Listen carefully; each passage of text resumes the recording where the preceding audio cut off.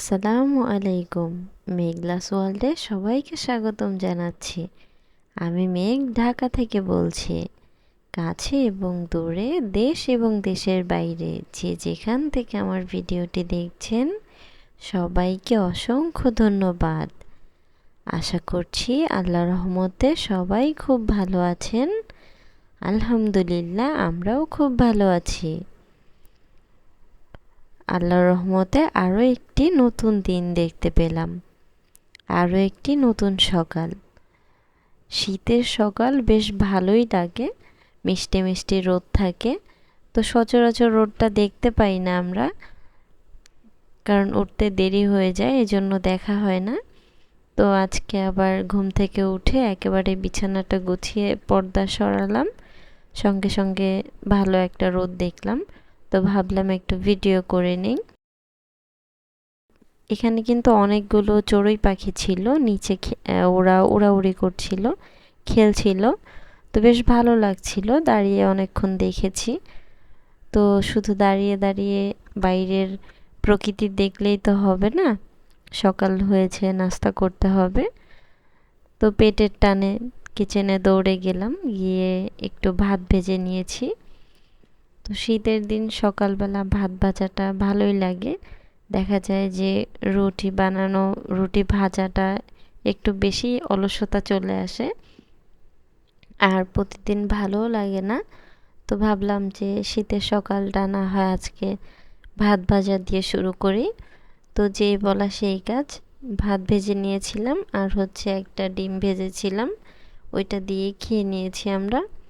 তো খাওয়া শেষে একটু চা বানিয়ে নিলাম। চাটা আমি চুলায় রেখে গিয়েছিলাম, অনেকক্ষণ সময় নিয়ে হয়েছে। তো একটু চা খেয়ে সারাদিনের কাজ শুরু করে দিব। তো ভিডিওটার এই পর্যন্ত যে ভাইয়া আপুরা দেখছেন, হয়তো একটা লাইক করতে ভুলে গিয়েছেন, তারা প্লিজ একটা লাইক করে ভিডিওটা কন্টিনিউ করবেন। আর যারা আমার চ্যানেলে আজকে নতুন, তারা চাইলে আমার চ্যানেলটাকে সাবস্ক্রাইব করে নিতে পারেন, আর পাশে থাকা বেল আইকনটি প্রেস করে দিতে পারেন। এতে করে আমি নতুন কোনো ভিডিও ছাড়া মাত্রই আপনার কাছে নোটিফিকেশান পৌঁছে যাবে। আর আপনি যদি চান, আপনার সময় এবং সুযোগ মতো ভিডিওটা দেখে নিতে পারবেন। তো এদিকে কাজে ফেরা যাক। সবার ভিডিওগুলো দেখলাম, আমার অনেক আপুরা শীতের কম্বলগুলো রোদ দিয়ে ফেলেছেন। তো আমার যেহেতু বেলকনি নেই আর ছাদে যাওয়ার কোনো ব্যবস্থা নেই, আমাদের বিল্ডিংয়ের ছাদে কাজ করছে। তো আমি এখন কম্বলটা কোথায় রোদ দিব সেটা হচ্ছে কথা। তো এই যে অনেক আপুরা দেখেছিলেন আমার এই পকেট গেটটা খোলা যায় বলেছিলাম আমি। তো এই পাশ থেকে গেটটা খুলে আমি ওই সাইডে একটা রশি টানানো আছে, মানে একটু বেলকনির মতো জায়গা আছে, ওখানে এই কম্বলটা দিয়ে দিব। তো এখানে কিছুক্ষণ থাক, রোদে দেখি কতক্ষণ দেওয়া যায়। তো আমার ছোট বোনটা আবার স্যান্ডেল এনে দিল, যে ওই পাশটা তো ময়লা থাকে, ধুলাবালি, আবার বিছানায় পা দিয়ে আসতে হবে, এই জন্য যেই বলা সেই কাজ, কম্বলটাকে রোদ দিয়ে নিচ্ছিলাম আমি। তো এইদিকে আবার দেখা গেল যে সিয়া ওর কম্বলটাও দেখাচ্ছিল। তো সিয়ার কিন্তু আলাদা এটা ছোট একটা কম্বল। তো এই কম্বলটার ও ছোট যখন ছিল তখন ওর মামা গিফট করেছিল ওকে। তো ওর মামা গিফট করেছিল বলতে এটা ভুল হবে, ওর মামা ওর ভাইয়াকে দিয়েছিল। তো ওর ভাইয়া তখন একটু বড়, ও মানুষ আন্দাজে ওর কম্বলটা একটু ছোট হয়ে যায়, এই জন্য ও বলে যে বাপি এটা তুমি আপিকে দিয়ে দাও, আর তুমি আমাকে একটা কিনে দিও। তো সেই ক্ষেত্রে তার ভাই তাকে তার পছন্দের কম্বলটা তার ছোট বোনকে দিয়ে দেয়। তো ওই কম্বলটা সিয়া এখন মানে এই বছর গায়ে দেওয়ার মতো হয়েছে, কারণ গত বছর তো একা একা গায়ে কিছু রাখতে পারতো না, ফেলে দিত। তো এবার দেখা গেছে যে নিজে গায়ে দিয়ে থাকতে পারবে। তো এই ক্ষেত্রে এবার নামানো হলো, আর নামানোর পর বলতেছে যে আমাকে দিয়ে দাও, আমারটাও রোদে দিয়ে দাও, আমিও দিব। তো ওরটাও একটু রোদে দিয়ে দিলাম। আর অন্যদিকে আপনাদের ভাইয়া রাতে কিছু ডিম নিয়ে এসেছিল, তো সেগুলো আর রাতে পরিষ্কার করিনি, এভাবেই রেখে দিয়েছিলাম।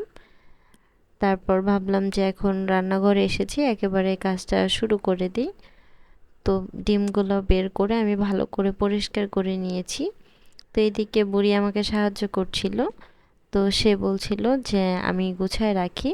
তো যেহেতু রাখতে পারবে না, তাই বললাম যে ঠিক আছে, তুমি ফোনটা ধরো, স্ট্যান্ডটা ধরো, আমি রাখছি। তো এই যে এটা কিন্তু তার হাতে করা ভিডিও, দেখেই বুঝতে পারবেন ভিডিওর একেবারে 12টা বাজায় দিছে। সিয়া সবসময় এমন করে যে দেখা যায় আমি কোনো কাজ করছি, ও আমার সাথে সাথে করতে চায়, করতে না দিলে রাগ করে, একটু অভিমান করে চলে যায়। তো কি করবে, বাসায় তো আর কেউ থাকে না, সারাক্ষণ ও আর আমিই থাকি। ওর সাথে ও যখন খেলা করে তখন আমি ওর সাথে খেলি, আবার যখন দেখা যায় আমি রান্না করতে আসি তখন ও আমার সাথে সাথে কিছুটা কাজ করে, দেখা যায় এটা সেটা এনে দেয়। তো ওইটা যদি না করতে দিই তখন দেখা যায় রাগ হয়ে যায়। তো আমি চাই না যে অযথা শুধু শুধু আমার মেয়েটা রাগ করুক, যতটুকু পারি ততটুকু ওকে আমার সাথে সাথে করতে দিই। যখন বলেছি যে ডিমটা তুমি রাখতে পারবে না, তো তখন একটু মন খারাপ করেছে। তারপর বললাম যে ঠিক আছে, তুমি তাহলে স্ট্যান্ডটা ধরে দাঁড়িয়ে থাকো। তো মাশাআল্লাহ খুব খুশি হয়েছিল। এভাবে আমি সবসময় ওকে সাপোর্ট করে যাই। দেখা যায় আর তো কেউ নেই যে ও কারোর সাথে খেলা করবে, আমি আর ও সারাদিন বাসাতে মা মেয়ে একাই থাকি, দুজন দুজনকে এভাবে সাহায্য করে যাই। তো আমি ডিমগুলো রেখে রান্না করতে চলে আসলাম। আজকে দুপুরে রান্নার জন্য পাবদা মাছ নিয়েছি। তো আমার আপুরা দেখেছিলেন সেই দিন বাজার করে নিয়ে আসছিল আপনাদের ভাইয়া। তো পাবদা মাছগুলোকে আমি আজ একটু আলু দিয়ে টমেটো দিয়ে রান্না করে নিব। তো এদিকে মাছগুলো ভেজে নিচ্ছিলাম। মাছটা ভাজলে একটু ভালো লাগে, দেখা যায় এমনি রান্না করতে গেলে ভেঙে যায়। তো এই ক্ষেত্রে মাছটা একটু ভেজে নিচ্ছিলাম হালকা করে। তো পাবদা মাছটা কার কার পছন্দ, আমার তো বেশ ভালোই লাগে। আপনাদের ভাইয়া অতটা খেতে চায় না, আবার রান্না করলে দেখা যায় যে বাবুকেও খাওয়ানো একটু কষ্ট হয়ে যায়, কাটা থাকে খুব, দেখে দেখে সাবধানে খাওয়াতে হয়। আবার দেখা যায় যে বেছে দেওয়ার পরও দুই একটা থাকে, তো এই ক্ষেত্রে ওকে দিতে চাই না অতটা, তাও কষ্ট করে খাওয়াতে হয়। তো এইদিকে তরকারি রান্নাটা হয়ে গেছে আমার, তরকারি রান্না করে নিয়েছি আর অল্প একটু ডাল ভুনা করে নিব। তো আমি এখানে ডালগুলোকে ধুয়ে নিয়েছি আগেই, তারপর কিছুটা টমেটো, পেঁয়াজ, কাঁচামরিচ, রসুন দিয়ে সামান্য অল্প অল্প করে সব ধরনের মশলা দিয়ে দিয়েছিলাম। তারপর আমি এটাকে হাতে মেখে অল্প একটু পানি দিয়ে বসিয়ে দিব। তো এইভাবে ডাল ভুনা আমার ভালোই লাগে, আপনাদের ভাইয়া পছন্দ করে না। তো আমার ছোট বোনটা ছিল, এই জন্য এইভাবে ডাল রান্না করেছিলাম। ওর আবার ডাল ভুনাটা খুব বেশি পছন্দ, তাই আমরা দুই বোনই খেয়েছি এটা দিয়ে। আপনাদের ভাইয়ার ডালের এই রান্নাটা একেবারেই না পছন্দ, ওনার দেখা যায় যে শুধু একটু পাতলা করে ডাল রান্না করে দিবে, এটাই সে খেয়ে নিবে। তো এই যে আমাদের আজকে দুপুরের খাবার নিয়ে বসে পড়েছি। দুপুরের ছিল আজকে আমাদের পাবদা মাছ আর ডাল। তো খাওয়া দাওয়া করে আমরা ঘুমিয়েছিলাম বিকেলে।